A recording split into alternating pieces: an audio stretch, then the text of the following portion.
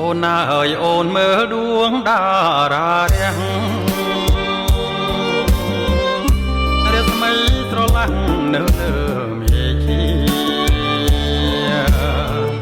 កាយរាប់មិនអងរាំងចោមចាន់រាខ្លះចិត្តខ្លះឆ្ងាយច្រើនអិនគុណនីមើលចុងពងងារបងបង្ហាញស្រីនៅចំពីមុខបងនេះណាស្ងួនរូបកាយកូនមន់ណាចរណៃកាយនេះរៀមធ្លាប់រៀបរប្រាប់ស្រីថាដូចមេមន់បណ្ដាកូនជ័យតើស្រីនឹងចាំបានទេណាអូ